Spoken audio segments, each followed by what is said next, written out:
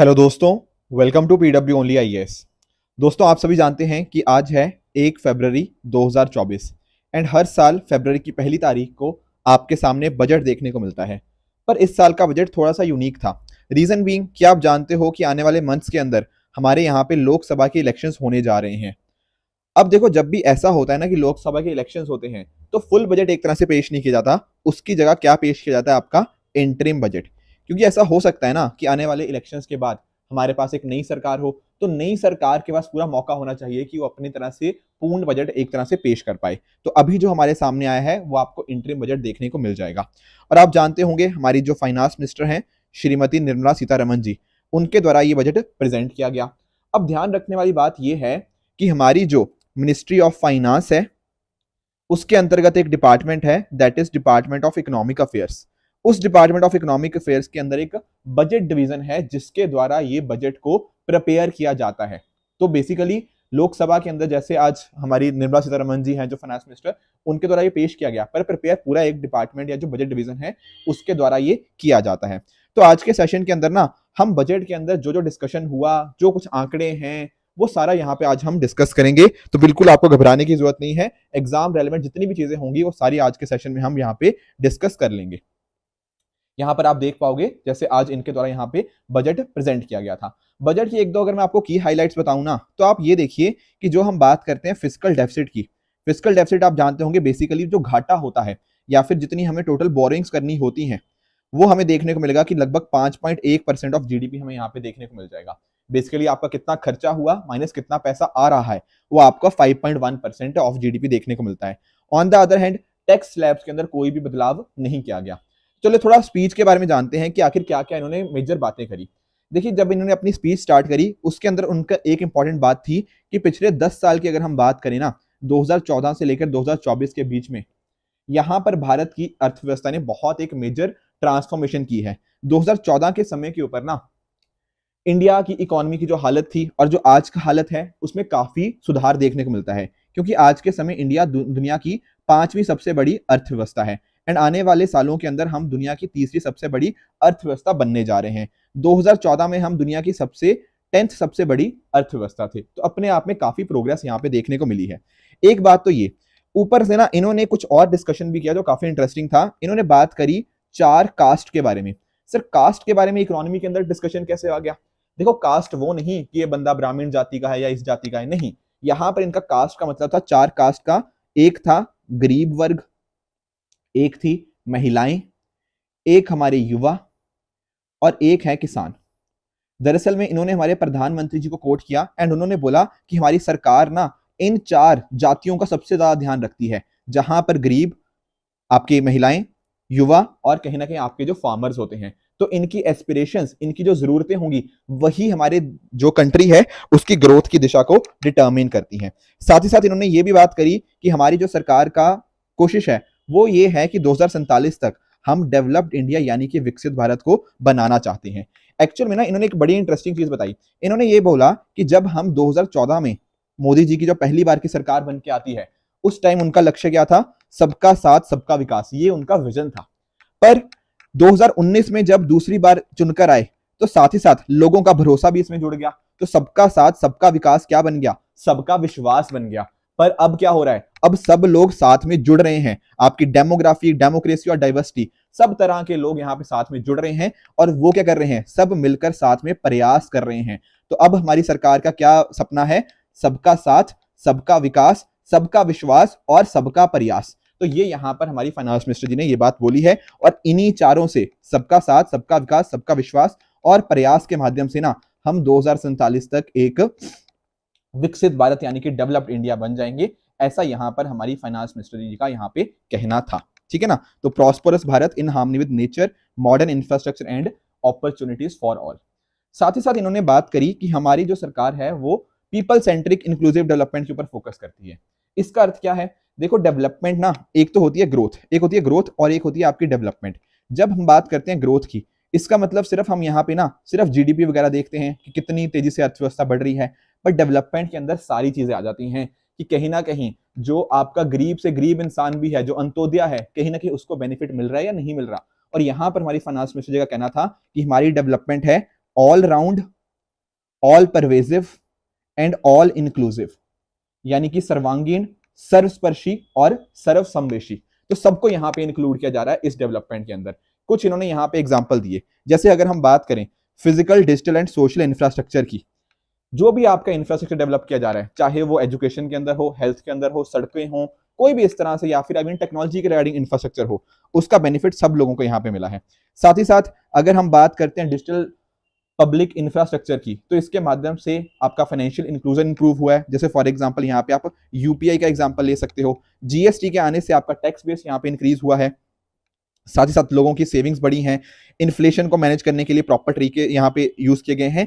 और जब हम बात करते हैं ना देश के विकास की, तो देश के विकास में पहले सिर्फ कुछ ही राज्य थे जो शायद आगे थे, पर अब गुजरात भी चल रहा है, तो साथ ही साथ आपके जो आपका मेघालय भी चल रहा है। अगर आपका बिहार साथ में है तो कहीं ना कहीं आपका महाराष्ट्र भी साथ में है। तो इस तरह से ना नॉर्थ ईस्ट भी हमारा यहाँ पे कंट्रीब्यूशन कर रहा है। सब के सब जो हैं, सारे स्टेट्स यहाँ पर एक्टिव पार्टिसिपेंट्स इसके अंतर्गत हैं। बाकी आप जानते हो गुजरात के अंदर जो गिफ्ट सिटी यहाँ पे है, उसके माध्यम से कहीं ना कहीं ग्लोबल कैपिटल और फाइनेंशियल सर्विसेज को भी एक बढ़ावा यहाँ पे देखने को मिल जाएगा। अब यहाँ पर कुछ की एरियाज की बात करी गई है या कुछ टेक्नोलॉजिकल चेंजेस की बात करी गई है। जैसे फॉर एग्जांपल जो नई नई टेक्नोलॉजीज हैं, उनका फायदा ना बॉटम ऑफ द पिरामिड को मिलता है। मैं आपको समझाता हूं एक्चुअल में क्या होता है ना। जैसे फॉर एग्जांपल ये आपका एक पिरामिड है मान लीजिए, ठीक है। इसका जो कोई भी हम नई टेक्नोलॉजी लेकर आते हैं, चाहे बात कर लीजिए यूपीआई की या कोई भी और टेक्नोलॉजी आपको लगती है, जैसे फॉर एग्जांपल वैक्सीन के टाइम के ऊपर कोविन हो गया, कोई भी इस तरह की चीजें, उसका फायदा गरीब से गरीब, यानी कि पिरामिड के बिल्कुल बॉटम में लोग हैं, सबसे गरीब लोग हैं, उन तक फायदा कैसा पहुंचे, ये यहां पर हमारा फोकस रहा ही रहा है। फॉर एग्जाम्पल ई गवर्नेंस की बात लीजिए, ठीक है ना। आजकल आप डायरेक्ट बेनिफिट ट्रांसफर की बात करते हैं। इन सभी के माध्यम से ये निचले तबके को कैसे फायदा पहुंचा जाए, ये यहां पर सरकार का कहीं ना कहीं यहाँ पे ध्यान रहा है। अब कुछ फोकस एरियाज की अगर हम बात करें ना, तो एक फोकस एरिया क्या है, गरीब कल्याण। मैंने आपको बताया थे ना 4 कास्ट की यहाँ पे बात करी है। उन कास्ट में एक कौन सी कास्ट थी, वो थी आपकी गरीब कास्ट। तो गरीब के लिए यहाँ पे क्या कहा है हमारे फाइनेंस मिनिस्टर जी ने, उन्होंने यहाँ पे बात करी है कि डायरेक्ट बेनिफिट ट्रांसफर की मदद से लगभग 2,70,000 करोड़ की टोटल सेविंग्स हमें यहाँ पे देखने को मिली है। इसके साथ ही साथ आपका जो मल्टी डायमेंशनल पॉवर्टी है, वहां से लगभग 25 करोड़ लोगों को यहां पर बाहर निकाला गया है। देखो एक्चुअल में क्या है ना, जैसे फॉर एग्जांपल जो जनधन अकाउंट आपके खुलवाए गए, उसके माध्यम से सरकार को सेविंग्स हुई। सरकार की सेविंग के साथ साथ ना जो लीकेजेस होती थी कि ऊपर से पैसा दे तो दिया सरकार ने, निचले लोगों तक पहुंचा ही नहीं, तो डीबीटी की मदद से डायरेक्टली उनके खातों में पैसा पहुंचा। इस वजह से क्या हुआ, इससे हुआ क्या, गरीब का कल्याण। तो आपकी जो फर्स्ट कास्ट थी ना, उसको तो आपने प्रॉपर्ली टैकल कर लिया, उनकी जो मुसीबतें थी उनको यहां पर आपने सॉल्व कर दिया। बाकी साथ ही साथ आपके जो स्ट्रीट वेंडर होते हैं, उनके लिए आप लाए प्रधानमंत्री स्वनिधि स्कीम, यानी कि स्ट्रीट वेंडर आत्मनिर्भर निधि। इसके माध्यम से क्या हुआ, इसके माध्यम से लगभग 78 लाख आपके जो स्ट्रीट वेंडर है ना, जैसे आपका चाय बेचने वाला, पकौड़े बेचने वाला, आपके जो न्यूज़पेपर बेचने वाले होते हैं, नाई का काम जो करते हैं, या फिर जो भी इस तरह से आपके स्ट्रीट वेंडर्स होते हैं, उन 78 लाख ऐसे स्ट्रीट वेंडर्स को ना लगभग बहुत ज्यादा क्रेडिट असिस्टेंस यहाँ पे मिली है। और इस 78 लाख में से 2.3 लाख तो ऐसे थे जिन्होंने तीसरी बार भी क्रेडिट यहाँ पे अवेल किया है। बाकी अगर आप नोटिस करो, जो आपकी पीएम जनमन स्कीम आई थी, जिसके माध्यम से क्या हुआ, आपके जो आर्टिसंस थे, जो क्राफ्ट्समैन थे, उनको कहीं ना कहीं बेनिफिट मिला है। तो ये भी यहाँ पे देखने को मिल जाता है। साथ में अगर आप बात करें ना हेड काउंट रेशो की, तो उसके अंदर एक डिक्लाइन आपको देखने को मिलता है। बाकी मल्टी डायमेंशनल पॉवर्टी में अगर आप देखोगे तो उसमें भी एक डिक्रीज देखने को मिला। तो यानी कि पॉवर्टी कम करने के अंदर हमने एक अच्छा काम किया है, ऐसा यहाँ पर ये बजट के अंदर बोला गया है। साथ ही साथ अगर आप नोटिस करो, फाइनेंस मिनिस्टर जी ने यह भी बोला कि हमारे जो किसान है ना, वो हमारे अन्नदाता हैं और अन्नदाता का ध्यान रखना सरकार की जिम्मेदारी है। बिल्कुल सही बात है। अब यहां पर ना सरकार की एक फ्लैगशिप स्कीम है, दैट इज पीएम किसान। पीएम किसान के अंतर्गत क्या होता है, हर साल 6,000 रुपए किसानों को मिलते हैं। बेसिकली 2-2 हजार की यहाँ पे 3 किस्तें यहाँ पे देखने को मिल जाती हैं। उसके माध्यम से ना लगभग 11 करोड़ 80 लाख किसानों को इसका फायदा देखने को मिला है। तो डायरेक्टली फाइनेंशियल असिस्टेंस मिली है। इसमें आपके जो छोटे किसान हैं, स्मॉल एंड मार्जिनल फार्मर्स, वो आ जाएंगे, तो उनके पास कहीं ना कहीं थोड़ा बहुत पैसा होगा, तो अपने लिए कुछ इनपुट्स वगैरह वो यहाँ पर खरीद सकते हैं। बाकी आपकी फसलें जो खराब हो जाती थी कहीं ना कहीं किसी भी कारण की वजह से, तो उसके लिए इंश्योरेंस के लिए प्रधानमंत्री फसल बीमा योजना की मदद से 4 करोड़ से भी ज्यादा फार्मर्स को क्रॉप इंश्योरेंस का यहाँ पर फायदा मिला है। तो इस तरह से जो अलग अलग आपकी स्कीम्स थी उसके माध्यम से अन्नदाता की यहाँ पे सरकार मदद कर रही है। आपकी जो ई नैम है, ई नैम का मतलब जो आपकी नेशनल एग्रीकल्चर मार्केट इलेक्ट्रॉनिकली जो है, उसके माध्यम से लगभग 1360 मंडीज को यहाँ पे इंटीग्रेट किया गया है, जिसके माध्यम से लगभग 1,80,00,000 आपके जो किसान हैं उनको यहाँ पे जोड़ा गया है और इनको सर्विसेज मिली है लगभग 3 लाख करोड़ की। तो आप नोटिस कर पाओगे कि ये फार्मर सेंट्रिक जो पॉलिसीज थी, इनकम सपोर्ट सरकार के द्वारा, और साथ ही साथ जो उनको किसानी के अंदर जो अलग अलग तरह के रिस्क होते थे उसको प्राइस के माध्यम से एंड साथ ही साथ इंश्योरेंस के माध्यम से कवर किया गया है। नए नए स्टार्टअप्स को इनवाइट किया गया है ताकि वो टेक्नोलॉजी के माध्यम से एग्रीकल्चर फील्ड को कहीं ना कहीं आगे लेकर आ पाए। तो ये सारी चीजों ने आपके जो अन्नदाता है ना, जो कि हमारी दूसरी कास्ट थी, पहली कौन सी थी? गरीब, दूसरे थे आपके जो किसान, उनको भी हमने यहाँ पे अकॉर्डिंगली उनकी मुसीबतों को भी कवर कर लिया। और अगर आप नोटिस करोगे यहाँ पे, आप नोटिस करना कि जो राइस है, राइस के अंतर्गत जो प्रोक्योरमेंट थी वो इंक्रीज हुई है। वीट भी पिछले साल के मुकाबले हम यहाँ पे इंक्रीज यहाँ पे देख रहे हैं। पिछले थोड़ा बीच में डिप भी आया था, पर वापस से एक इंक्रीज यहाँ पे देखने को मिल जाता है। बाकी देखो आपकी तीसरी कास्ट कौन है सर? अरे तीसरी कास्ट है हमारे यूथ, हमारे जो युवा हैं। और युवा को क्या बोला गया है? युवा को हमारी फाइनेंस मिनिस्टर जी ने बोला अमृत पीढ़ी, जो हमारे युवा हैं। अब यही युवा हैं देखो कि आने वाले 20-25 साल बाद जो हम बात करते हैं ना, 2047 तक हमें डेवलप्ड इंडिया बनना है, वहां पर कौन उनको आगे लेके जाएगा? अरे ये यूथ ही होगा। और यूथ के लिए हमारा क्या मिशन चल रहा है? आपका स्किल इंडिया मिशन चल रहा है, जिसके माध्यम से 1,40,00,000 यूथ को स्किल किया गया है। इसमें बहुत सारे ऐसे लोग भी थे जिनको रीस्किल किया गया है कि ऑलरेडी कुछ स्किल थे पर उसको कुछ नए स्किल्स भी यहाँ पे दिए गए हैं। उसके साथ ही साथ हमारे यहाँ पे पिछले 9 साल के अंदर 7 आईआईटी खुले हैं। इसके अलावा 2014 से 2022 के बीच में आपके 15 नए एम्स खुले हैं। और यूनिवर्सिटीज की बात करें तो उनमें भी लगभग 400 यूनिवर्सिटीज का हमें एक बढ़ोतरी होती हुई यहाँ पे देखने को मिल जाती है। तो स्किल इंडिया मिशन हो गया, या फिर आपके ये जो नए नए आपके एम्स आईआईटीज का खुलना, एंड साथ ही साथ पीएम श्री स्कूल्स, यानी कि आपके जो एग्जिस्टिंग स्कूल्स हैं उनको बेहतर करना, वहां पर बच्चों की ऑलराउंडर डेवलपमेंट करना, क्वालिटी टीचिंग देना, वहां पर उन एरियाज को या उन स्कूल्स को एनवायरमेंट फ्रेंडली बनाना, ये जो ध्यान दिया गया था ना नेशनल एजुकेशन पॉलिसी के अंतर्गत, उसी के माध्यम से हमने पीएम श्री स्कूल्स को यहाँ पे, that is schools for rising India, उनको यहाँ पे स्टैब्लिश किया गया है। एंड उनका जो बजट एलोकेशन भी आप देख पाओगे कि 4,000 करोड़ से बढ़ाकर 6,050 करोड़ यहाँ पे होता हुआ देखने को मिल जाएगा। बाकी अगर हम बात करें ना, तो प्रधानमंत्री मुद्रा योजना की मदद से लगभग 43 करोड़ लोन्स यहाँ पे दिए गए हैं प्रधानमंत्री मुद्रा योजना के अंतर्गत, जिनकी वैल्यू थी लगभग 22.5 लाख करोड़ रुपए। ठीक है, इसके माध्यम से पता क्या हुआ? जब युवाओं को ये पैसा जाएगा तो वो क्या करेंगे? वो करेंगे अपना नया रोजगार, वो अपना कुछ स्टार्टअप खोलने की कोशिश करेंगे। और आज के समय के ऊपर अगर हम बात करें ना, तो डीपीआईआईटी जो department for promotion of industry and internal trade है, उसके हिसाब से लगभग इंडिया में 1,20,000 से भी ज्यादा स्टार्टअप्स आपको यहाँ पे देखने को मिल जाएंगे। इसलिए हमारी फाइनेंस मिनिस्टर जी ने यह भी बोला है कि आज के समय ना जो यूथ है वो पहले रोजगार मांगता था, अब वो रोजगार दाता हो गया है। तो इनको नाम दिया गया है रोजगार दाता। ठीक है, तो ये बात भी आप ध्यान में रखिएगा। बाकी यूथ की तारीफ हमारी फाइनेंस मिनिस्टर जी ने और भी करी, जैसे फॉर एग्जांपल बहुत सारे यूथ हमारे स्पोर्ट्स की फील्ड में भी जा रहे हैं। आपने देखा होगा हमारे जो चेस के नंबर 1 रैंक प्लेयर हैं प्रज्ञनंदा जी, ठीक है ना, उन्होंने यहाँ पर जो मैग्नस कार्लसन थे उनके साथ बहुत अच्छा एक मुकाबला भी किया था। एशियन गेम्स के अंदर हमने बेहतर परफॉर्म किया है, एशियन पैरा गेम्स के अंदर हमने बेहतर परफॉर्म किया है। तो यूथ की काफी सारी तारीफ करी गई है। अब आप सोचेंगे सर तारीफ तो होगी सर, पुअर की होगी, आपके किसानों की होगी, आपके यूथ की भी होगी, अब चौथी कैटेगरी कौन है? चौथी कैटेगरी पे भी आते हैं। पहले एक चीज जान लो कि पहले हमारे प्रधानमंत्री जी ने स्लोगन दिया था जय जवान जय किसान का। फिर वाजपेयी जो शास्त्री जी थे ना, शास्त्री जी आप जानते हो, जय जवान जय किसान का नारा दिया था 1964-1965 के अराउंड, ठीक है ना। उसके बाद हमारे जो प्रधानमंत्री जी वाजपेयी जी ने इसमें जय विज्ञान, साइंस की कंट्रीब्यूशन को रिकॉग्नाइज करते हुए उसमें जय विज्ञान भी ऐड कर दिया। फिर हमारे जो प्रधानमंत्री मोदी जी हैं उन्होंने रिसर्च एंड डेवलपमेंट की इंपॉर्टेंस को समझते हुए इसके अंदर जय अनुसंधान को भी यहाँ पर जोड़ दिया। तो इस तरह से आप नोटिस कर पाओगे कि जो जय जवान जय किसान था अब वो क्या बन गया है? जय जवान जय किसान, जय विज्ञान और जय अनुसंधान। आई होप ये पॉइंट भी आप समझ गए होंगे। अब देखो चौथी कैटेगरी है, दो है हमारी महिलाएं, यानी कि नारी शक्ति। अभी थोड़े दिन पहले, मतलब 5 दिन पहले ही 26 जनवरी हो गई हटी है, उसका थीम क्या था सर? वो भी तो नारी शक्ति था। बिल्कुल, नारी शक्ति का अर्थ क्या होता है सर? वो होता है वुमेन लेड डेवलपमेंट का। बिल्कुल सही बात है। और अगर हम बात करें ना वुमेन लेड डेवलपमेंट, तो हम सिर्फ ये कहते नहीं है, ये करते भी हैं। फॉर एग्जाम्पल G20 हुआ पिछले साल, बिल्कुल वहां पर भी हमने वुमेन लेड डेवलपमेंट की बात करी। एम्पावर, वहां पे भी हमारे अलग अलग तरह के समिट्स हुए जहां पर महिलाओं को हमने आगे बढ़ाने की बात करी। उसी तरह से अगर हम बात करते हैं स्टेम, स्टेम क्या होता है आपका? Science, technology, engineering and mathematics. तो यहां पर इन चारों कोर्सेज के अंदर अगर आप नोटिस करोगे एनरोलमेंट, तो 43% जो एनरोलमेंट है वो महिलाओं का है, जो कि दुनिया में वन ऑफ द हाईएस्ट देखने को मिला है।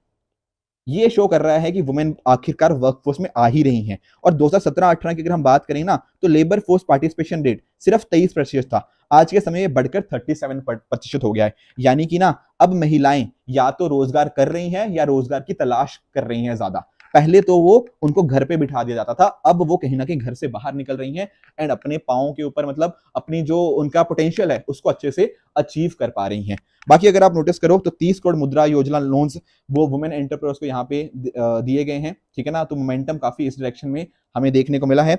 बाकी साथ में अगर आप नोटिस करो फीमेल की एनरोलमेंट बढ़ी है हायर एजुकेशन के अंदर, एंड उसके साथ ही साथ आपके जो सेल्फ हेल्प ग्रुप्स होते हैं वहां पर भी ना 1 करोड़ महिलाओं को हमने यहाँ पे असिस्ट किया है 83 लाख SHGs के माध्यम से, ताकि वो लखपति दीदीज बन पाए।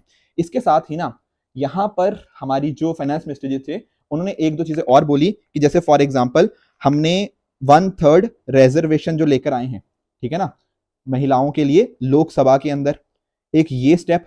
और साथ ही साथ जब हमने ट्रिपल तलाक, जो इंस्टेंट ट्रिपल तलाक था, उसको हमने इलीगल किया था इसके माध्यम से।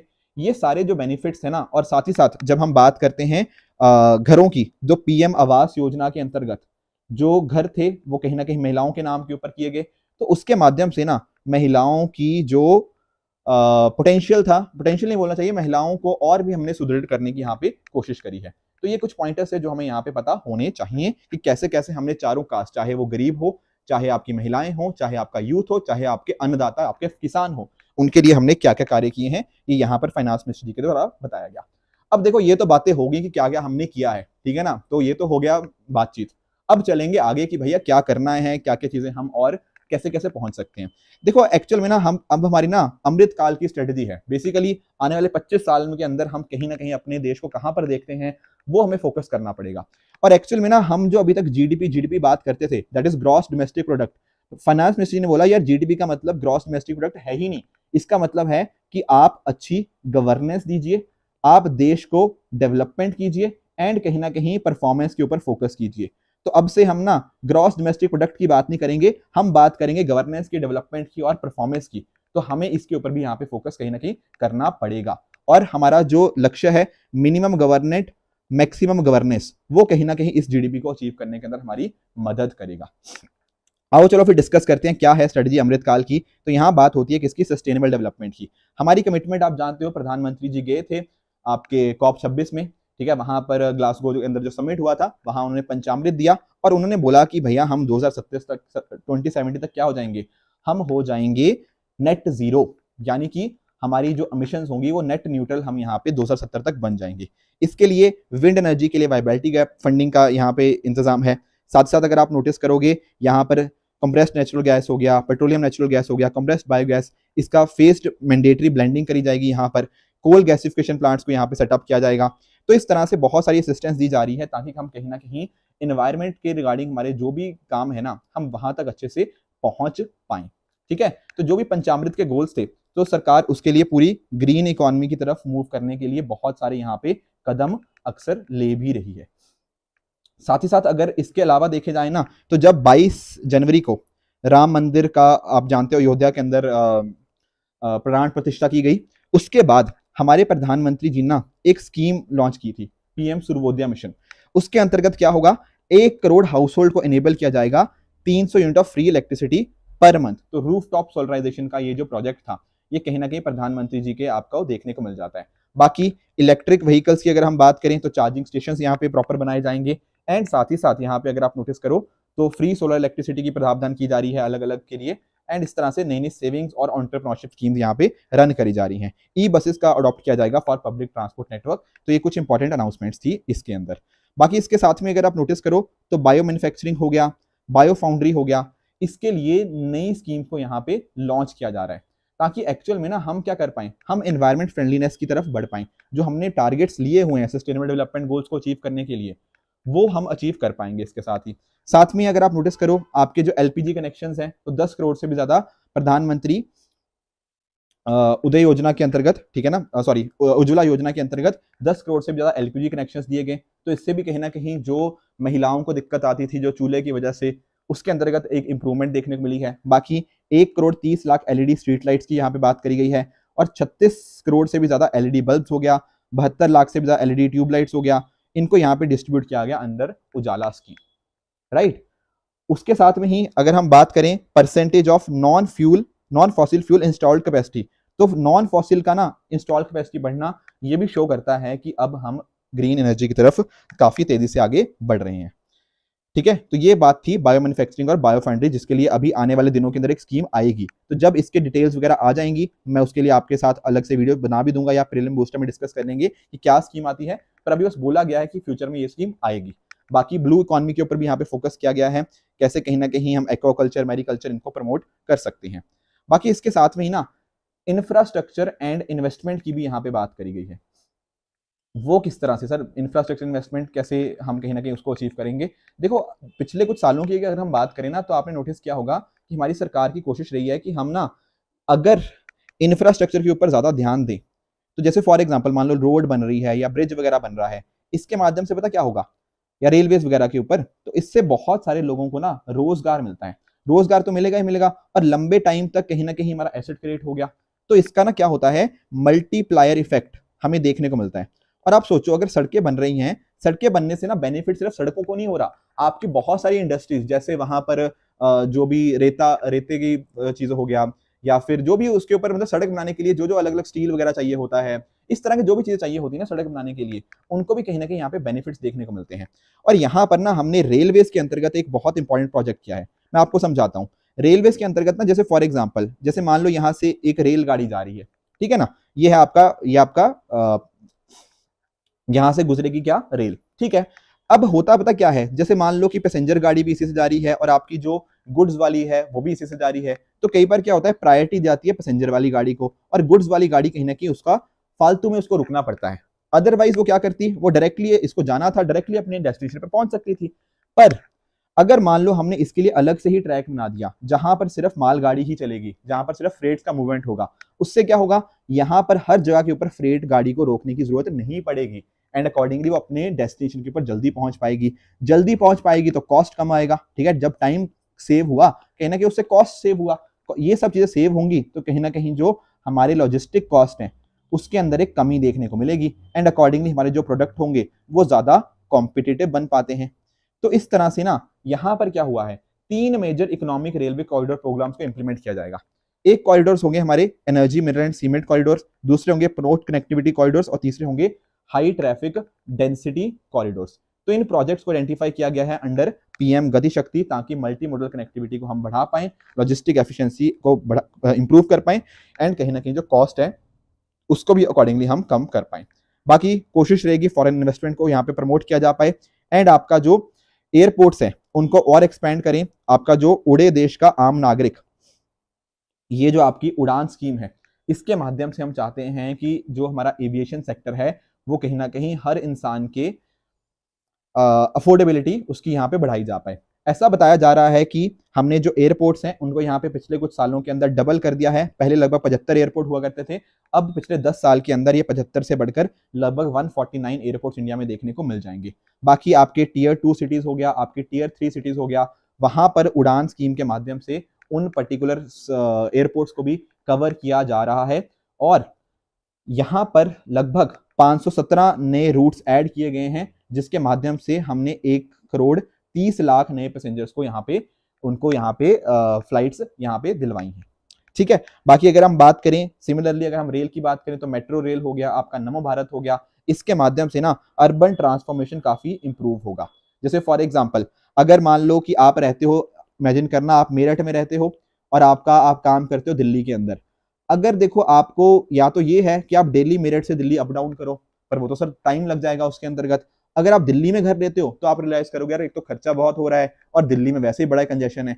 तो एक्चुअल में ना इस तरह की प्रॉब्लम्स को सॉल्व करने के लिए हमने यहाँ पर ऐसी सिटीज के अंदर ना ट्रांजिशन को आसान बनाने के लिए मेट्रो रेल, आपके नमो भारत, इनको इंप्रूव कर दिया है, ताकि कहीं ना कहीं ऐसा भी ना हो कि एक इंसान को दिल्ली रहना पड़े, आप अपने घर मेरठ में रहिए, पर आपकी ट्रांजिशन को, आपके जो मूवमेंट होगी हमने उसको इतना फास्ट कर देंगे कि आप अपने घर पर रहो, शाम को सुबह अप डाउन करो एंड बड़ी तेजी से आप अपने काम तक पहुंच सकते हो। तो अर्बन ट्रांसफॉर्मेशन के लिए, जिसको हम ट्रांजिट ओरिएंटेड डेवलपमेंट भी बोलते हैं, उसके लिए हमने ये पर्टिकुलर चीजें लेकर आई हैं। साथ में अगर और क्या डिस्कशन है कैपिटल एक्सपेंडिचर के रिगार्डिंग, देखो कैपेक्स जब हम बात करते हैं ना कैपिटल एक्सपेंडिचर की, तो ये अब बढ़ना ना अपने आप में बहुत अच्छी बात होती है। जैसे फॉर एग्जांपल कोई भी ऐसा खर्चा जो हम एसेट क्रिएशन के अंदर कर रहे हैं, वो आता है किसके अंतर्गत, आपके कैपिटल एक्सपेंडिचर के अंदर। जैसे मान लो सरकार सड़क बना रही है, सरकार ब्रिज बना रही है, सरकार रेलवे के ऊपर खर्च कर रही है, एयरपोर्ट्स वगैरह बनाए जा रहे हैं, इनका देखो खर्चा तो आप कर रहे हो, पर ये खर्चा अच्छा खर्चा है, इस खर्चे से लोगों को रोजगार मिलेगा, हमारी इकोनॉमी बढ़ेगी और कहीं ना कहीं इसके फायदे हमें आने वाले कई कई सालों तक देखने को मिलेंगे।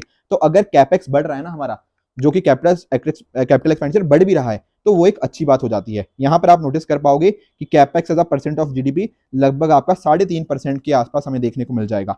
बाकी अगर आप नोटिस करो, अगर एब्सोल्यूट नंबर्स की बात करें तो ये बढ़ता बढ़ता लगभग 11.5 से 12 लाख करोड़ के बीच में हमें देखने को मिल जाएगा फॉर FY25 के जो बजट एस्टिमेट के हिसाब से। बाकी फॉरेन डायरेक्ट इन्वेस्टमेंट के अंदर जो इनफ्लो है वो भी यहाँ पे हमें डबल होता हुआ देखने को मिला है एज कंपैरिजन। अगर हम कंपैरिजन करें 2005 से लेकर 14, ये 9 साल का कंपैरिजन, और फिर अगले 9 साल का 14 से 23 की बात करें, तो इन 9 साल के अंदर पहले आया था लगभग $300 बिलियन का FDI, और 2014 से 23 की अगर हम बात करें तो यहाँ पर लगभग $600 बिलियन का FDI आया है। तो ये अपने आप में FDI में इंक्रीज देखने को मिलता है। बाकी फिजिकल इंफ्रास्ट्रक्चर की बात करें तो जैसा मैं आपको बता भी रहा था, एयरपोर्ट्स डबल हो चुके हैं, 74 से 149 हो चुके हैं। एयरक्राफ्ट की मूवमेंट मिलियन टन के अंदर वो भी आपकी 50% इंक्रीज हुई है। इलेक्ट्रीफाइड जो रेल रूट था वो 22,000 से डबल से भी ज्यादा हो चुका है, 50,000 किलोमीटर हो चुका है। कार्गो ट्रैफिक की मूवमेंट ये भी लगभग काफी अच्छी खासी इंक्रीज देखने को मिली है। और नेशनल हाईवेज की बात करें तो पिछले 7 साल के अंदर ये लगभग 1 लाख किलोमीटर से लगभग 1,44,000 किलोमीटर के आसपास पहुंच चुका है। तो आपका जितना भी फिजिकल इंफ्रास्ट्रक्चर था, चाहे आपके हाईवेज हो गए, आपके एयरक्राफ्ट हो गए, एयरपोर्ट हो गए, रेल हो गया, ये सारे के सारे फिजिकल इंफ्रास्ट्रक्चर के अंदर एक अच्छी इंप्रूवमेंट देखने को हमें यहाँ पे मिल जाती है।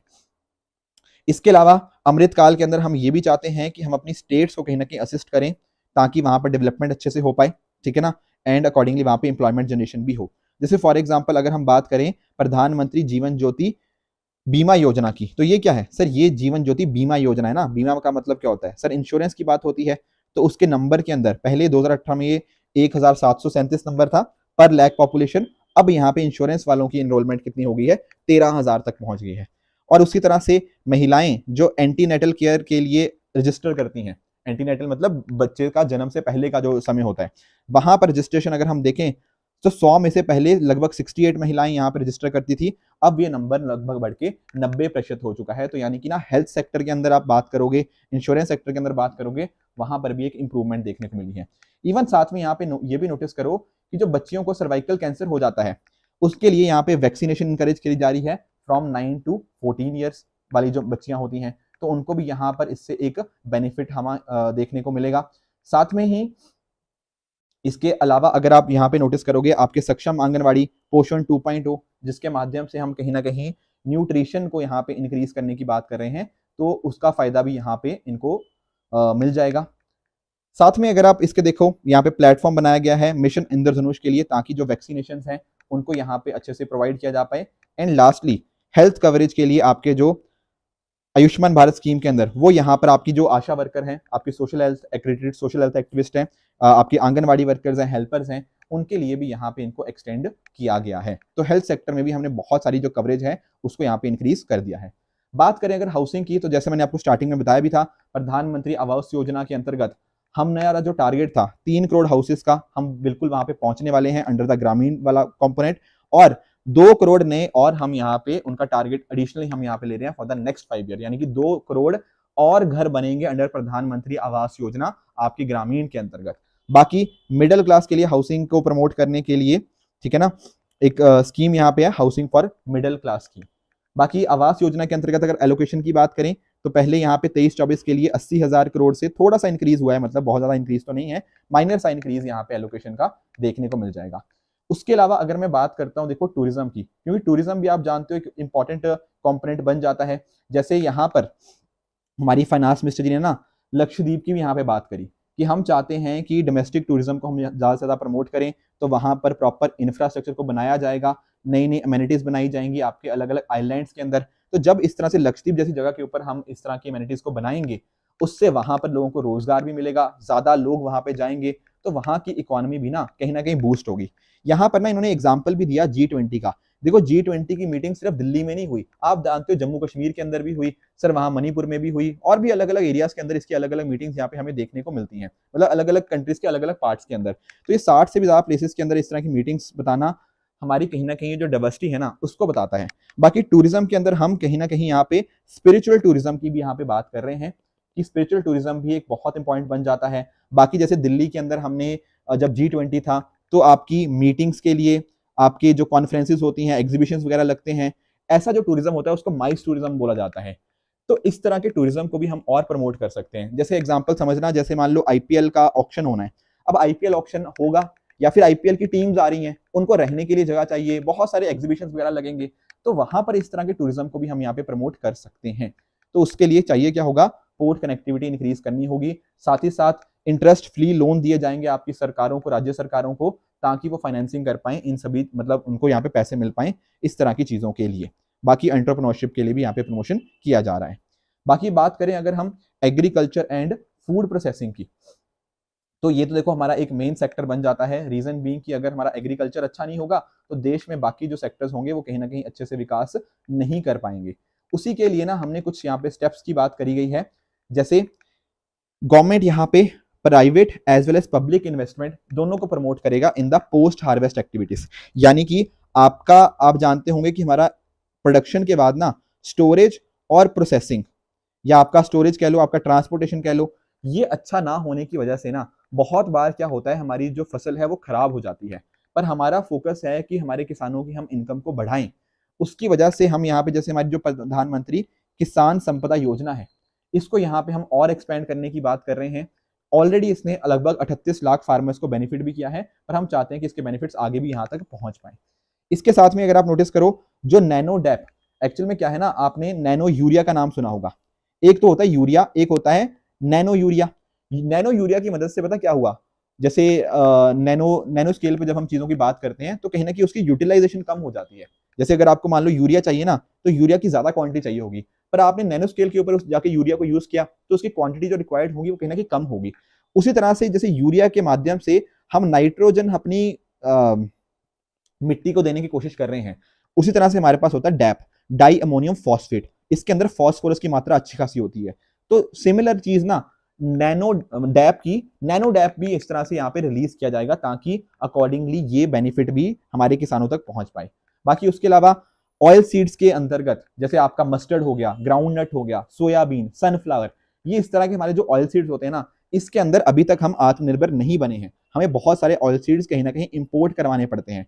उसके लिए यहाँ पे आत्मनिर्भर ऑयल सीड्स अभियान स्ट्रेटजी को यहाँ पे फॉर्मुलेट किया गया है, ताकि हम यहाँ पर भी अपनी जो सेल्फ डिपेंडेंस है, मतलब जो डिपेंडेंस है दूसरी कंट्रीज के ऊपर, उसको खत्म कर पाएं एंड अपने आप पे आत्मनिर्भर बन पाएं। बाकी डेयरी डेवलपमेंट के लिए भी यहाँ पे कॉम्प्रिहेंसिव एफर्ट्स लिए जा रहे हैं। जैसे फॉर एग्जांपल राष्ट्रीय गोकुल मिशन हो गया, आपका नेशनल लाइव स्टॉक मिशन हो गया, इन्होंने कुछ बेनिफिट्स दिए हैं, पर हम ना चाहते हैं कि हमारे डेयरी फार्मर्स को और बेनिफिट हो। दुनिया में अगर हम बात करेंगे ना मिल्क प्रोडक्शन की, तो India is the largest milk producer in the world. पर ऐसा पता क्यों है? क्योंकि इंडिया के पास बहुत सारे मिल्क एनिमल्स हैं, पर उनकी प्रोडक्टिविटी बहुत कम है। यानी कि अगर हम बात करते हैं दूध की, तो दुनिया में कौन सा कंट्री सबसे ज्यादा दूध प्रोड्यूस करता है? The answer is India. पर एक पशु हमारे यहाँ पे कितना दूध देता है? वो बहुत कम है। तो हमें इस प्रोडक्टिविटी को इंप्रूव करना है, इसी वजह से comprehensive program for dairy development इसको यहाँ पे फॉर्मुलेट किया जाएगा। प्रधानमंत्री मत्स्य संपदा योजना बेसिकली जो डिपार्टमेंट ऑफ फिशरीज है उसके द्वारा ये रन किया जाएगा, ताकि कहीं ना कहीं हम यहाँ पे प्रोडक्शन को इंक्रीज कर पाएं। और ऐसा भी बोला जा रहा है कि यहाँ पर ना हम चाहते हैं कि अभी जो फिशरी सेक्टर के अंदर लगभग हर साल 50,000 करोड़ का एक्सपोर्ट होता है, हम इसको बढ़ाकर 1 लाख करोड़ कर दें। ये यहाँ पर इस पर्टिकुलर प्रधानमंत्री मत्स्य संपदा योजना को इस तरह से रिवैम्प किया जाएगा। बाकी 5 इंटीग्रेटेड एक्वा पार्क्स को भी यहाँ पे सेटअप करने की बात कही गई है। बाकी डेफिनेटली अमृत काल है, ये हमारा कर्तव्य काल होगा। यानी कि कहने का मतलब क्या, देखो 75 साल हो चुके हैं देश को आजाद हुए, हम चाहते हैं 100 साल की तरफ बढ़ना, पर हमारा भी कर्तव्य है। हमारा कर्तव्य मतलब हमारा कुछ रिस्पॉन्सिबिलिटीज हैं, तो हमें उन रिस्पॉन्सिबिलिटीज को समझना पड़ेगा। हमें अपने आप को कमिट करना पड़ेगा कि हम इस देश की तरक्की के लिए हम सारे काम यहाँ पे करेंगे। कंट्री ने बहुत सारी अपॉर्चुनिटीज दी हैं, हम उन अपॉर्चुनिटीज को यहाँ पे टेकअप करेंगे एंड देश के विकास के अंदर अपना अपना सब लोग योगदान देंगे। तो इस तरह से आप नोटिस कर पा रहे हो, ये बजट एलोकेशन हमारा इंक्रीज हुआ है। चाहे ब्लू रेवोल्यूशन के लिए देख लो, आपका prime minister micro food processing enterprises scheme के अंतर्गत देख लो। देखो ये सारा जो डेटा वगैरह है ना, इसके अंदर दिया गया है कि कितना परसेंटेज है। ये आप ना आपके एग्जाम परस्पेक्टिव से इंपॉर्टेंट हो सकता है, चाहे आप प्रीलिम्स के परस्पेक्टिव से जहां पर हमें ट्रेंड्स को देखना होगा, या फिर मेंस के अंदर मान लो आपका क्वेश्चन आता है ना, वहां पर आप इस डेटा को जरूर कोट कर सकते हो। मैं आपको थोड़ा बता भी दूंगा, बट मेरी रिकमेंडेशन आपको ये रहेगी कि हमारा जो टेलीग्राम चैनल है PW ओनली IAS ऑफिशियल, अब वहां पर जाकर ना आप इस PDF को डाउनलोड जरूर कर लेना और एक बार खुद रीड जरूर कर लेना, क्योंकि नंबर्स कई बार भूल जाते हैं। पर अगर हमने एक बार खुद अपने एंड पे पढ़ लिया होगा ना, यू विल रियलाइज कि यार हाँ, हम इन चीजों को कहीं ना कहीं याद कर पाएंगे। जैसे फॉर एग्जांपल आपका जो करंट अकाउंट डेफिसिट है, ऐसा बताया जा रहा है कि FY 2024 के अंदर ये नंबर कहीं ना कहीं हमें 2% ऑफ GDP के आसपास जो था, उसके अंदर कम होते हुए 1% ऑफ GDP के आसपास आ जाएगा। बेरोजगारी दर की बात करें तो इसमें एक डिक्लाइन देखने को मिल रहा है। ये बेरोजगारी दर आज से 5 साल पहले लगभग 6.1% थी, पर अब वो बेरोजगारी दर घट के लगभग 3.2% हो चुकी है। उसी तरह से अगर हम बात करते हैं आपके ग्रॉस NPS की, तो ये 2018 के आसपास ना एक बहुत ही high level 11.2% of gross advances थे, पर वहां से हमने एक अच्छा काम किया है और अब यहां पर भी गिरावट होते हुए सितंबर 2023 के हिसाब से 3.2% हो चुका है। देखो ये कुछ ऐसे नंबर्स हैं जो कल मैंने आपको इकोनॉमिक सर्वे वाली क्लास में भी डिस्कस किए थे, आप उसको भी देख सकते हो, वहां पर भी ये नंबर्स ऑलरेडी डिस्कस्ड है। बाकी अगर आप बात करो, देखो अब UPI और डिजिटल ट्रांजैक्शन की तो बात ही क्या करें, ठीक है ना। आप नोटिस कर पाओगे कि FY 24 यानी कि 2024 के अंदर लगभग 13-14 हजार करोड़ के आसपास का ना इतनी वॉल्यूम ऑफ डिजिटल ट्रांजैक्शन हुई है। 13-14 हजार करोड़ बहुत बड़ा नंबर होता है, ठीक है, एक साल के अंदर डिजिटल ट्रांजैक्शन का। बाकी अगर हम बात करें GST कलेक्शंस यहाँ पे इंप्रूव होते हुए देखने को मिले हैं। मंथली ऑन एन एवरेज अब हम 1.7 लाख करोड़, ठीक है, 1,70,000 करोड़ के आसपास हम GST collection on an average monthly basis के ऊपर GST कलेक्शन आ रहा है। इतना पैसा सरकार के पास आएगा तो कहीं ना कहीं इंफ्रास्ट्रक्चर के ऊपर सरकार खर्च भी कर पाएगी। इन्फ्लेशन की बात करें तो हेडलाइन इन्फ्लेशन में भी एक कमी देखने को मिली है, तो कहीं ना कहीं हमारा जो टारगेट होता है ना 2 से 6% के बीच में रखना, तो उसको भी हम कहीं ना कहीं धीरे धीरे मैनेज करने की तरफ बढ़ रहे हैं। बाकी टैक्सेशन रिफॉर्म सरकार की तरफ बहुत सारे लेकर आए गए, और निर्मला सीतारमण जी ने यह भी बोला कि हमारे जो रिटर्न फाइलर्स थे उनमें यहाँ पर 2.4 टाइम्स बढ़ोतरी हुई है, और जो डायरेक्ट टैक्स हम कलेक्शन करते हैं ना, वो ट्रिपल्ड हो गया इन द लास्ट 10 ईयर्स। समझ पा रहे हो, तो काफी एक अच्छा खासा इंक्रीज हमें यहाँ पे देखने को मिला है। बाकी रिफंड की जो प्रक्रिया थी पहले, उसमें लगभग आज से 10 साल पहले लगभग 3 महीने लगते थे, अब उस टाइम को हमने कम करके लगभग 10 दिन कर दिया है, तो यानी कि रिफंड आपको 10 दिन में मिल जाएगा। तो ये सारी जो बेनिफिट्स थे ना, उसके माध्यम से अब लोग भी ज्यादा आ रहे हैं, लोग भी चाहते हैं कहीं ना कहीं अपना टैक्स फाइल करें। तो ये सारी चीजों ने अकॉर्डिंगली सरकार को बेनिफिट किया है, और कहीं ना कहीं कस्टमर्स को भी यहाँ पे बेनिफिट इसके यहाँ पे मिल जाते हैं। बाकी पूरी दुनिया भर का GST के रिगार्डिंग एक पॉजिटिव सेंटीमेंट आपको देखने को मिलता है। इंडस्ट्री की बात करें तो उन्होंने भी GST को लार्जली पॉजिटिव ही बताया है। एंड कहीं ना कहीं जो सारी चीजें थी ना, आपका इंपोर्ट रिलीज टाइम, मान लो आपका पोर्ट के ऊपर सामान आ गया, तो वो टाइम भी कहीं ना कहीं उसमें कमी देखने को मिली है। तो ये सब अच्छे बेनिफिट्स यहाँ पे देखने को मिल जाएंगे। बाकी देखो अगर मैं बात करता हूँ ना टैक्सेशन की, जिसके ऊपर सब लोगों की अक्सर नजर रहती है कि भैया टैक्स के अंदर क्या बदलाव आया, द आंसर इज यहाँ पर कुछ खास कोई बदलाव नहीं आया है। देखो अगर मैं बात करूँ जो टैक्स रेट्स की ना, तो यहाँ पे आप नोटिस कर पाओगे वहां पर सेम टैक्स रेट को रखा गया है। कॉर्पोरेट टैक्स जो होगा वो 22% होगा for the existing domestic companies, और 15% होगा जो आपकी नई मैन्युफैक्चरिंग कंपनीज होगी उनके लिए। ये पॉइंट आपको पता होना चाहिए। बाकी अगर आपकी इनकम 7 लाख से कम है तो वहां पर आपको कोई टैक्स लाइबिलिटी नहीं है under the new direct tax regime. तो ये तो पॉइंटर्स सेम ही है लास्ट ईयर की तरह ही। अब एक यहाँ पे इंटरेस्टिंग चीज है, that is withdrawal of outstanding direct tax demand. इसका क्या मतलब हुआ, देखो इसका मतलब ये है ना, देखो कई बार पता क्या होता है, कई बार ना एक बंदा है मान लो, ठीक है, अब इसने बोला कि भाई मेरा टैक्स इतना बनता है, सरकार बोल रही है कि नहीं तुम्हारा टैक्स ज्यादा बनता है। तो कई बार पता क्या होता है, इस तरह से कुछ ना डिस्प्यूट्स आ जाते हैं कि भाई तुम्हारा तो टैक्स ज्यादा बनता है, वो कह रहा नहीं कम बन रहा है। तो इस तरह से कई बार पता क्या हुआ, बहुत लंबे लंबे हमारे ये मुद्दे खिंच गए हैं। यानी कि ऐसा देखा गया है कि ये भाई साहब को लगता है मेरा टैक्स कम बन रहा है, पर सरकार बोली नहीं ज्यादा बन रहा है। तो मुद्दा इतना लंबा खिंच गया कि यहाँ पे साल लग गए। इवन ऐसा देखा गया है ना कि 1962 तक के भी केसेस हमें देखने को मिलते हैं कि इतने पुराने पुराने भी यहाँ पे हमें हैं। तो यहाँ पर ना फाइनेंस मिनिस्टर जी ने यहाँ पे एक स्कीम बताई है कि जहां पर अगर आपका कुछ ऐसा कुछ डिस्प्यूट था, अगर मान लो 25,000 तक का कुछ है डिस्प्यूट, अगर वो 2009-10 से पहले का डिस्प्यूट है तो भाई उसको हम माफ कर रहे हैं। ये इतना लंबे लंबे केस नहीं चलेंगे, मतलब कि इतने 15-20-25 साल हो गए हैं, मतलब ठीक है ना, तो ये कोई सेंस नहीं बनती इस तरह की। तो उन सभी चीजों को हमने वेव ऑफ कर लिया। 2009-10 तक के जितने भी डिस्प्यूट्स हैं डायरेक्ट टैक्स डिमांड के अप टू वैल्यू ऑफ 25,000, उनको यहाँ पे खत्म कर दिया गया। अगर नहीं दिया था ना आपने आज से 20 साल वाले टैक्स, कोई दिक्कत नहीं है, कोई नहीं आपको पूछेगा, पर वो अमाउंट 25,000 से कम होनी चाहिए। ऑन द अदर हैंड जो 2011 से 2015 के बीच में जो हुए हैं, वहां पर अगर आपका टैक्स डिस्प्यूट 10,000 रुपए तक का है, तब उनको भी बिल्कुल वेव ऑफ कर दिया गया कि चलो ठीक है यार, माफ किया गया आपको, कोई दिक्कत नहीं है। ऐसा बताया जा रहा है इससे कहीं ना कहीं 1 करोड़ टैक्स पेयर्स को फायदा होगा। तो यानी कि ना 8 में से हर एक टैक्स पेयर्स को कहीं ना कहीं ये बेनिफिट करने जा रहा है। तो इस तरह के जो डिस्प्यूट्स वगैरह थे वो कहीं ना कहीं काफी कम हो जाएंगे, ये हमें यहाँ पे देखने को मिलता है। बाकी टैक्सेशन को कंटिन्यू रखा गया, जो भी बेनिफिट्स थे आपके स्टार्टअप्स को, इन्वेस्टमेंट जो किसी ने करी हो, उनको 1 साल और के लिए यहाँ पे एक्सटेंशन देखने को मिल जाएगी। बाकी देखो आपके एग्जाम पर्सपेक्टिव से ना ये वाला ग्राफ बड़ा इंपॉर्टेंट है। जैसे फॉर एग्जाम्पल अगर कोई आपसे पूछे कि भाई 1 रुपया आखिर कहाँ कहाँ से आ रहा है, तो आपको पता होना चाहिए कि जब हम बात करते हैं कि अगर सरकार के पास 1 रुपया आ रहा है, उसमें मैक्सिमम कंपोनेंट पता क्या है? उधारी। सरकार 28% यहाँ पे उधार लेती है। उस मतलब अगर 1 रुपया सरकार के पास आया ना, उस 1 रुपये में से 28 पैसे तो सरकार ने उधार से कमाए हैं। उसके अलावा अगर आप नोटिस करो, इनकम टैक्स 19 पैसे सरकार को इनकम टैक्स के रूप में सरकार तक पहुंचे हैं। बाकी जीएसटी के माध्यम से सरकार को 18 पैसे पहुंचे हैं। कॉर्पोरेशन टैक्स की मदद से 17 पैसे पहुंचे हैं। तो ये 4 कंपोनेंट सबसे बड़े कंपोनेंट हैं। बाकी इसके अलावा और भी देख पाओगे, नॉन टैक्स रिसीप्ट्स हो गया, कस्टम्स हो गया, यूनियन एक्साइज ड्यूटी, आपके नॉन डेट कैपिटल रिसीप्ट्स, ये सारे बेनिफिट्स आपको, मतलब ये सारे कंपोनेंट्स बनते हैं जिससे रुपी आता है सरकार के पास। उसी तरह से अगर मान लो सरकार के पास 1 रुपया है, तो सरकार कहां कहां पे खर्च करती है? देखो सरकार यहां पर ना 2 मेजर चीजें हैं। एक तो है कि सरकार को जो उधार ले रखा है सरकार ने, उसका इंटरेस्ट पेमेंट करना होगा। तो 1 रुपया अगर सरकार के पास आया ना, तो भैया 20 पैसे तो सरकार के यहीं चले गए। उसके साथ में ही स्टेट को जो शेयर होता है टैक्स एंड ड्यूटीज का, सरकार सेंट्रल गवर्नमेंट को वो देना पड़ता है, तो 20 पैसे वहां चले गए। बाकी सरकार की बहुत सारी स्कीम्स होती हैं, सेंटर सेक्टर स्कीम्स, ऐसी स्कीम जहां पूरा का पूरा पैसा आपकी सेंट्रल गवर्नमेंट देती है, उनको बोलते हैं सेंट्रल सेक्टर स्कीम, तो 16 पैसे वहां लग गए। उसी तरह से कुछ होती है सेंट्रल स्पॉन्सर स्कीम, ये वो स्कीम होती है जहां कुछ पैसा सेंटर की तरफ से, कुछ पैसा स्टेट की तरफ से आता है, तो 8 पैसे वहां चले गए। बाकी डिफेंस के ऊपर 8 पैसे खर्च हो रहे हैं, सब्सिडीज के ऊपर 6 पैसे, अदर एक्सपेंडिचर आप देख सकते हो, फाइनेंस पोजीशन का भी आप परसेंटेज देख सकते हो। पर आपको ना यहाँ पे एटलीस्ट जो टॉप के 3-4 हैं कि कहां पे रुपया जा रहा है और कहां से रुपया आ रहा है, ये टॉप के 3-4 आपको पता होने चाहिए, ताकि अकॉर्डिंगली आप कहीं ना कहीं एमसीक्यूज के अंदर इसको ठीक कर पाओ। बाकी यहाँ पर ना देखो कौन सी मिनिस्ट्री को कितना कितना पैसा मिला, ये यहाँ पर सारा आपको देखने को मिल जाएगा। जैसे डिफेंस मिनिस्ट्री को 6.2 लाख करोड़ मिला, रोड ट्रांसपोर्ट एंड हाईवेज को 2.78 लाख करोड़ मिला। इस तरह से आप देख सकते हो, इतना देखो यूपीएससी पूछता नहीं है, but just for your reference मैंने यहाँ पे डाल दिया है।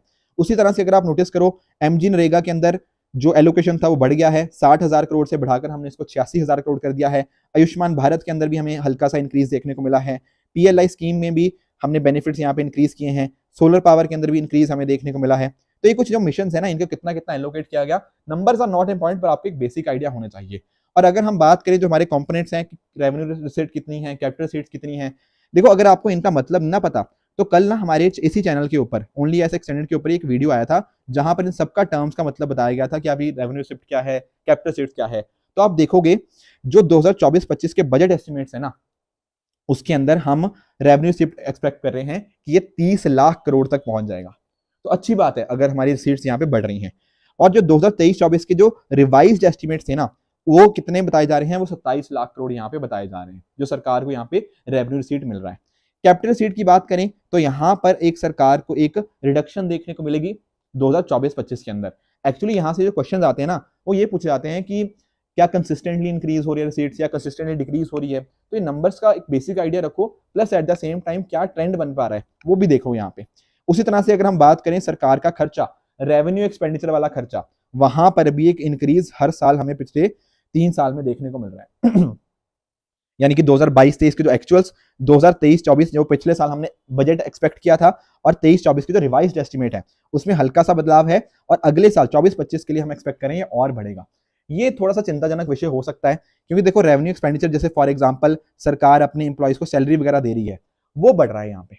ये बढ़ना ठीक है, बट बहुत ज्यादा बढ़ेगा तो कहीं ना हमारे फिर डेफिसिट उससे बढ़ जाता है। ठीक है, इफेक्टिव कैपिटल एक्सपेंडिचर का भी आप यहाँ पे नंबर्स यहाँ पे देख पाओगे।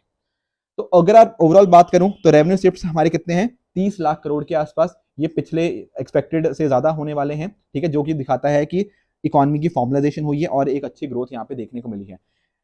एस्टिमेट अगर हम बात करें फिस्कल डेफिसिट का, वो 5.8% रहने वाला है इस साल का, और अगले साल में एक्सपेक्ट करेंगे इसको और कम कर देंगे 5.1%। तो कहीं ना कहीं सरकार का जो घाटा है ना, वो कहीं ना कहीं कम होता हुआ हमें यहाँ पे देखने को मिल जाएगा। टोटल सीट्स की अगर हम बात करें, अगर हम उसमें बोरिंग्स को हटा दें तो वो कितना है, 30 लाख करोड़। एंड कहीं ना कहीं अगर हम बात करें टोटल खर्चे की, वो 47.66 लाख करोड़ देखने को मिल जाएगा। और टैक्स रिसीट्स कितनी होंगी यहाँ पे, 26 लाख करोड़। तो ये कुछ इंपॉर्टेंट नंबर्स है जो आपको यहाँ पे बेसिक आइडिया इनका होना चाहिए। बाकी मैं फिर से आपको बता दूं, आपको ये PDF PW only S official पे आपको यहाँ पे देखने को मिल जाएगी।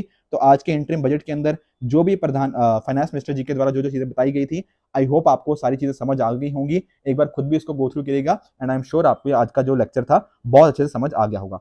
दोस्तों इसी तरह से आप भी आप एंड पे हार्ड वर्क करते रहिए। Thank you so much for the discussion.